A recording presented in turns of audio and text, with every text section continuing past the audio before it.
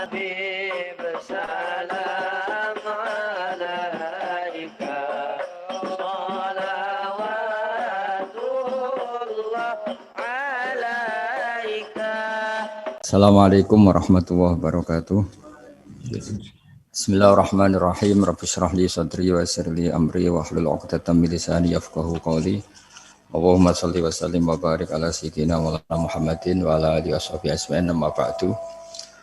Yang sangat saya hormati semua teman-teman di Jerman maupun dimanapun, wabil khusus yang telah memberi paparan yang sangat luar biasa, Bapak Quraish Shihab. Saya hanya menambahkan, bukan nambah panas, tapi sudah ini bukan pemanasan karena acara ini acara halal bihalal, tambah adem. Jadi tolong diralat, bukan tambah panas, tambah adem, bukan pemanasan, tambah adem, rileks saja.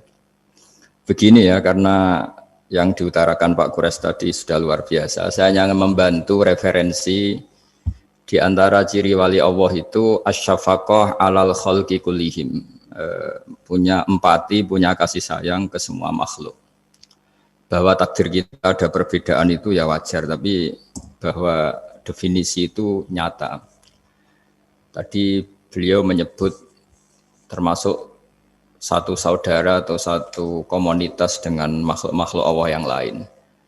Pernah suatu saat Nabi memuji ada seorang nakal itu, diterima tobatnya Allah karena di jalan ketemu anjing, kemudian ngasih minum anjing itu dan Allah mengampuni. Meskipun secara hukum usul fikih tidak bisa digeneralisir, misalnya kalau minumin anjing 1 surga, kalau 100 tambah surga. Nanti lupa minumin manusia gara-gara kebanyakan minumin anjing gitu.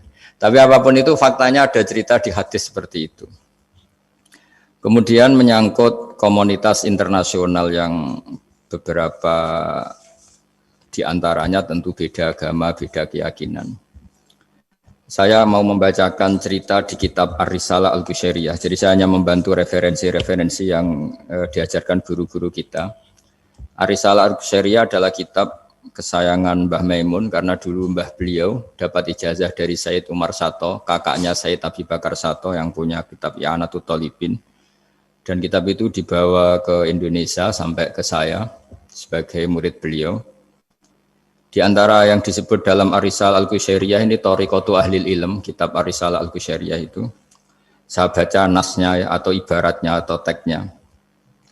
Sami'tu ba'dal ulama yaqulu istadhafa majusiyun Ibrahim al-Khalil alaihi salam faqala bisyarti antuslima. Famarral majusiyu fa'awhallahu ta'ala ilaihi mundu khamsina sanatan nut'imuhu ala kufri. Falau nawaltahu luqmatan min ghairi antu talibahu bitahyiri dini. Famado Ibrahim alaihissalam ala athari hatta adrakahu wa atadhara ilaihi fasalahu anis sabab fadzakara lahu dzalik fa aslamal majusiyu. Jadi suatu saat Nabi Ibrahim itu kan terkenal Abu Duyuf, orang yang mesti menservis tamu-tamu itu. Kita tahu dulu itu tidak ada warung, tidak ada hotel, tidak ada, ya pokoknya tidak ada mall. Sehingga kalau orang pergi itu kelaparan betul itu. Bahwa orang kaya pun kelaparan karena melewati padang pasir itu. Kalau sekarang kan orang mau sowan kiai makan dulu. Karena takutnya di rumah kiai kan makan sungkan. Jadi makan dulu nanti di kiainya tinggal pura-pura makan. Kalau dulu memang makan nih tamu itu wajib betul. Kalau enggak ya kelaparan betul tamu itu. Sehingga cerita suatu saat di antara tamu itu berakidah, berfaham majusi. Atau beragama majusi lah gampangannya itu. Terus Nabi Ibrahim nggak mau, saya mau ngasih makan syaratnya Anda harus Islam. Gitu. Akhirnya orang ini putus asa kemudian meninggalkan Nabi Ibrahim. Saat orang itu meninggalkan Nabi Ibrahim, Allah memberi wahyu ke Nabi Ibrahim. Orang itu umurnya 50 tahun dan dia hidup karena tak kasih makan. Terus kata Allah, mundu khamsina sanatan nut'imuhu ala kufri.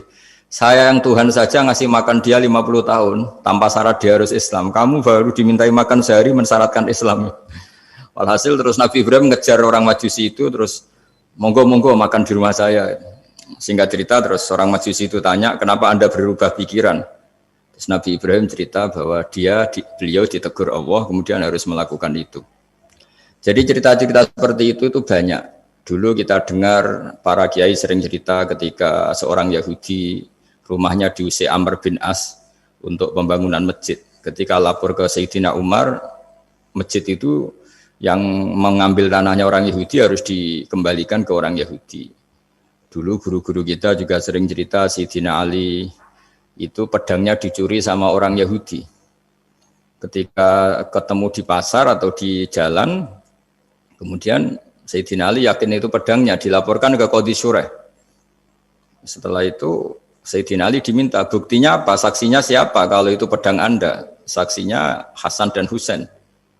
Tapi kata hakim, Sayyid Hasan Husain itu keluarga Anda, tidak sah jadi saksi. Zaman itu Sayyidina Ali masih berargumentasi, waqad qala Rasulullah sallallahu alaihi wasallam Hasanun wa Husainun sayyida syababi ahlil jannah. Tapi kata Imam Sureh, tetap standar saksi itu tidak boleh dari keluarga. Singkat cerita, qadhinya itu pakai standar hukum usul fikih, al-qaulu qaulu sahibil yad. Yang dibenarkan adalah yang sekarang megang barang itu. Ketika enggak ada saksi, al-musaddaq, yang dibenarkan al-qaulu qaulu sahibil yad, yang dibenarkan ya yang megang barang itu. Singkat cerita dimenangkan oleh orang Yahudi tadi.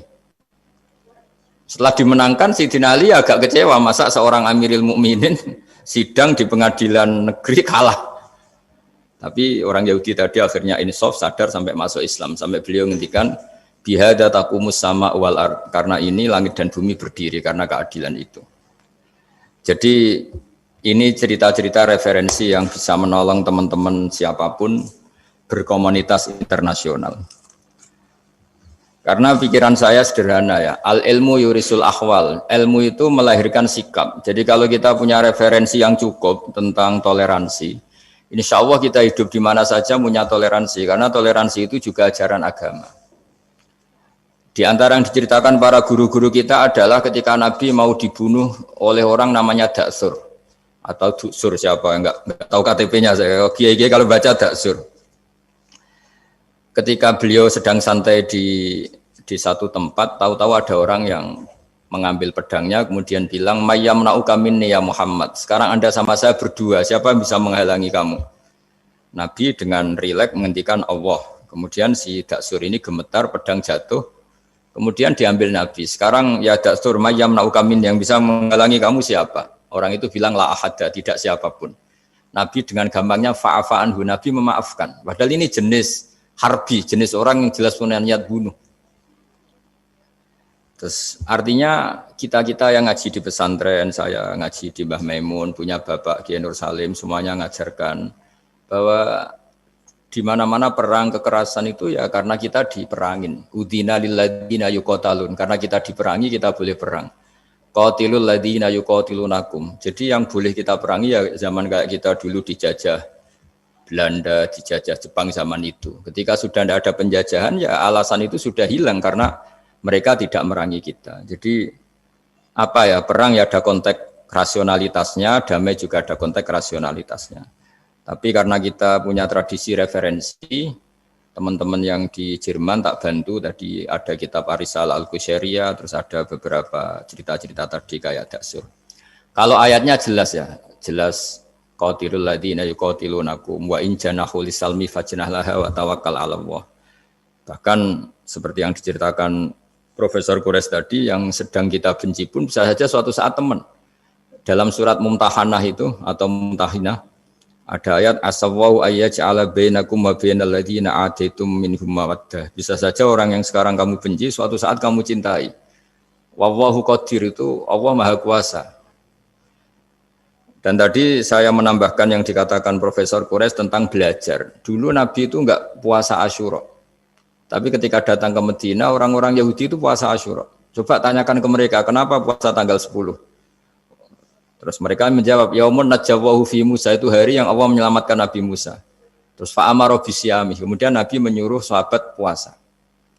Artinya dulu itu segampang itu hidup, itu sesuatu yang baik apa ya sudah ditiru. Meskipun kita tahu Nabi itu tentu mustaqil bil istihad, Nabi itu orang yang mandiri. Tapi memberi percontohan kita betapa gampangnya kita seperti itu. Dulu ada seorang Yahudiyah meminta sama Sayyidah Aisyah dan dikasih. Ketika dikasih, dia mendoakan semoga kamu Aisyah selamat dari siksa kubur. Zaman itu Sayyidah Aisyah itu belum tahu tentang siksa kubur sehingga beliau engkar, enggak percaya. Tapi setelah Rasulullah datang dan diceritanin, Nabi, oh iya siksa kubur itu ada. Dan semenjak itu Nabi selalu isti'adah minta perlindungan dari siksa kubur. Jadi dulu di komunitas-komunitas beda agama suatu yang benar ya dibenarkan. Makanya kaidah umum dalam interaksi antar agama itu la tusaddiquhum wa la tukadzibuhum, ya kamu jangan bilang iya, jangan-jangan enggak, ya jangan bilang tidak, jangan-jangan iya. Jadi aturan ilmunya jelas la tusaddiquhum wa la tukadzibuhum. Ya artinya sesuai referensi ilmu lah kira-kira begitu. Terus yang terakhir ini saya mohon maaf sama komunitas di Jerman karena saya ini pura-puranya aja sibuk. Karena saya kira ini seberapa jam lagi saya ngajar ini. Nanti kalau saya tidak ngajar di sini yang ngundang agak-agak dosa. Jadi supaya sama-sama tidak dosa ini saya ya nuruti jenengan. Tapi ya karena saya ngajar ini juga yang datang orang macam-macam. Ada yang Kalimantan, Sumatera mau ngaji di sini. Ini seberapa jam lagi saya ngaji Sahih Muslim. Yang terakhir ini di halaman Kitabu Adabil Ulfa wal Ukhuwah halaman 285 dalam Ihya juz 2. Jadi kitab saya juz 2. Mungkin kalau beda cetakan yang jelas ikut Kitabu Adabil Ulfa wal Ukhuwah. Di sini diterangkan oleh Imam Ghazali dengan beberapa riwayat yang disebut al-jiranu salasatun. Bertetangga itu ada 3. Jarun lahu hakun wahid, ada tetangga yang punya hanya 1 hak. Wa jarun lahu haqqani wa jarun lahu salah satu hukukin. Terus beliau cerita yang punya 3 hak itu ya tetangga, ya seagama, ya masih ada hubungan kerabat. Yang punya 2 hak ya tetangga, ya seagama. Terus wa amal ladzi lahu hakun wahid fal jarul musyrik. Yang punya hak 1 itu tetangga yang beda agama. Jadi intinya tetap dikasih hak meskipun beda agama. Sampai diantaranya disebutkan juga di halaman 287. Imam Ghazali ngendikan beliau berfatwa dan beliau bercerita rawahu Umar bin Syu'aib an Nabi an Jaddih anin Nabi. Terus qala Mujahid kuntu inda Abdillah bin Umar wa ghulamun lahu yaslahu syatan faqala ya ghulam idza salakhta fabda bijarinal Yahudi. Abdullah bin Umar itu sedang memasak kambing atau itu pembantunya ini sedang nguliti kambing. Itu pesannya Abdullah bin Umar ya ghulam idza salakhta fabda bijarinal Yahudi. Nanti jangan lupa tetangga kita yang Yahudi. Ini di Ihya halaman 287. Hanya cerita kebaikan. Jadi cerita-cerita perang itu ya karena kita diperangin, tapi ya kalau kita dibaikin ya baik, itu ajaran Islam. Hatta qala dzalika miraron. Faqala lahu lima taqulu hadza. Ini pembantunya juga enggak langsung menerima. Kenapa saking enggak mau nerimanya diulang-ulang lagi oleh Abdullah bin Umar. Faqala inna Rasulullah sallallahu alaihi wasallam lam yazal yusina bil jar hatta khasyina annahu sayuwarrithu. Kenapa engkau melakukan itu ya Abdullah bin Umar? Terus beliau menjawab, Rasulullah itu selalu berpesan untuk berbuat baik sama tetangga. Tadi kita tahu kalau tetangga punya 3 hak, berarti seagama, ada hubungan kerabat, hakul jar, berarti 3. Ada yang seagama dan tidak punya hubungan kerabat, berarti punya 2 hak, yaitu 1 agama dan kerabat. Ada yang punya 1 hak saja, ya tidak keluarga, tidak seagama, tapi karena tetangga itu juga tetap punya hak. Dan itu pun masuk kategori lam yazal yusina bil jar, termasuk orang-orang yang harus kita baikin. Ya kalau di Qur'annya kayak tadi ya, qatilul ladzina yuqatilunakum, boleh merangi ya yang merangi kita.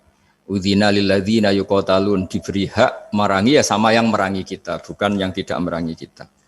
Terus waqala Hisyam Kanal Hasanu la yara ba'san antut imal jarul Yahudiyya wan Nasraniyya min udkhiyatik. Bahkan sebagian ulama di sini disebut Hasan Basri berpendapat kalau berkorban, kalau punya tetangga Yahudi yang butuh enggak apa-apa dikasih dagingnya. Ini di halaman Ihya 287 juz 2. Jadi dari cerita-cerita itu dan referensi-referensi itu teman-teman di Jerman enggak usah khawatir lah kalau kiai-kiai kayak kita itu berfatwa enggak boleh berkomunitas internasional nanti takut begini ndak lah. Kita bacanya ya sama seperti yang dibaca Profesor Kures, sama yang dibaca guru-guru kita.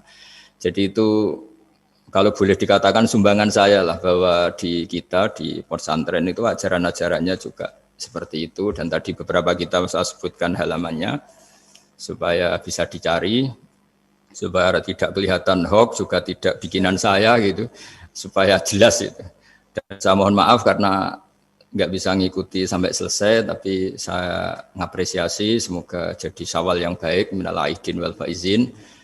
Minal aidin artinya kita kembali menjadi ahli surga. Saya termasuk yang sependapat dengan kitab yang saya baca. Dulu kita ini ahli surga karena Nabi Adam lahirnya di surga dan diciptakan di surga. Karena satu kesalahan beliau harus kembali ke bumi. Dan setelah puasa itu selesai dan diterima, kita kembali ke ahli surga lagi. Maksudnya disebut minal aidin. Kita kembali lagi berstatus sebagai ahli apa? Surga. Dan itu dimulai dari saling memaafkan. Karena yang menghalangi masuk surga itu hak adami. Manusia itu kan paling kikir untuk memaafkan orang lain. Padahal kalau hak adami belum selesai, itu Allah tidak mau memaafkan. Makanya syaratnya masuk surga harus kita saling memaafkan. Dengan cara seperti itu, insya Allah kita minal aidin wal faizin. Jadi mohon maaf sekali lagi, mohon maaf karena saya tidak bisa ngikuti sampai selesai karena saya harus ngaji. Karena bukan papa ya, memang harus. Andikan sunat itu mungkin saya tinggalkan. Mohon maaf sekali. Wassalamualaikum warahmatullahi wabarakatuh. حبيب سلام عليك صلوات الله